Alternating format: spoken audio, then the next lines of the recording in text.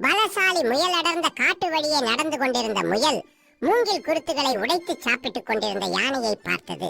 வணக்கம் யானை அண்ணே, இன்னைக்கு நாள் ரொம்ப நல்லா இருக்கின்றது. தன் காலடியில் நின்ற முயல் குட்டியை அலட்சியமாக பார்த்தது யானை. என் கால் நகம் அளவு கூட இல்லாத நீ எல்லாம் என்கிட்டே பேசுற அளவு வளர்ந்துட்டியா என்று கடுமையாக கேட்டது. முயல் குட்டியின் முகம் வாடி போனது. ஏன் யானை அண்ணன் தன்னிடம் இப்படி பேசியது என்று யோசித்தபடியே நடந்தது. காட்டையொட்டி இருக்கிற எரி வாழும் முதலை அக்காவிடம் கேட்கலாமே என்று எரிக்கு ஓடியது. முதலை அக்கா முயலின் சத்தம் கேட்டு தண்ணீருக்கு வெளியே எட்டி பார்த்தது. முதலை கடற்கரையில் இருந்த முயலை பார்த்து, நீயா, என்னை கூப்பிட்டாயா என்றது. ஆமாம் என தலையாட்டியது முயல். அது அடுத்த வார்த்தை பேசுவதற்குள்ள, என் கண்ணை விட சின்னதா இருக்கிற உன்கிட்டே பேசுறதுக்கு எனக்கு நேரம் இல்லை என்று யானையை விட கடுமையாக பேசிவிட்டு தண்ணீருக்குள் சென்றது முதலை. முயலின் சோகம் அதிகமானது. மீண்டும் முதலையை அழைத்தது. நான் உருவத்துல சின்னதா இருந்தாலும் பலத்துல உங்களை விட பெரியவன்.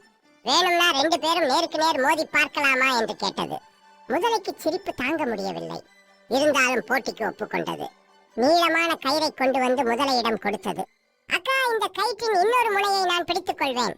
நான் இழு என்று சொன்னதும் நீங்கள் இழுக்க வேண்டும் என்று சொல்லிவிட்டு கயிறுடன் காட்டுக்குள் ஓடியது. அங்கே இருந்த யானையையும் இதே போல போட்டிக்கு அழைத்தது.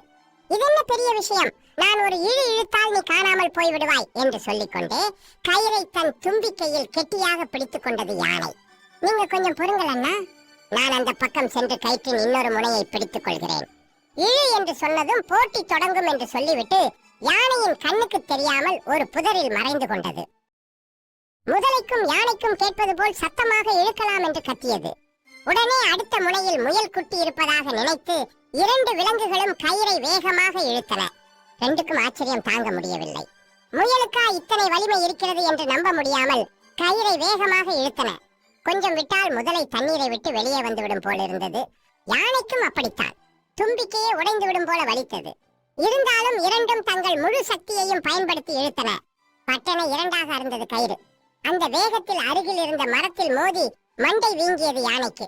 முதலை பாறையில் மோதி சாய்த்து கொண்டது. முயலின் திட்டம் புரியாமல் உருவத்தை வைத்து திறமையை எடை போட்டு விட்டோமே என்று நொந்தபடி யானையும் முதலையும் அதனதன் வேலையை பார்க்க கிளம்பின.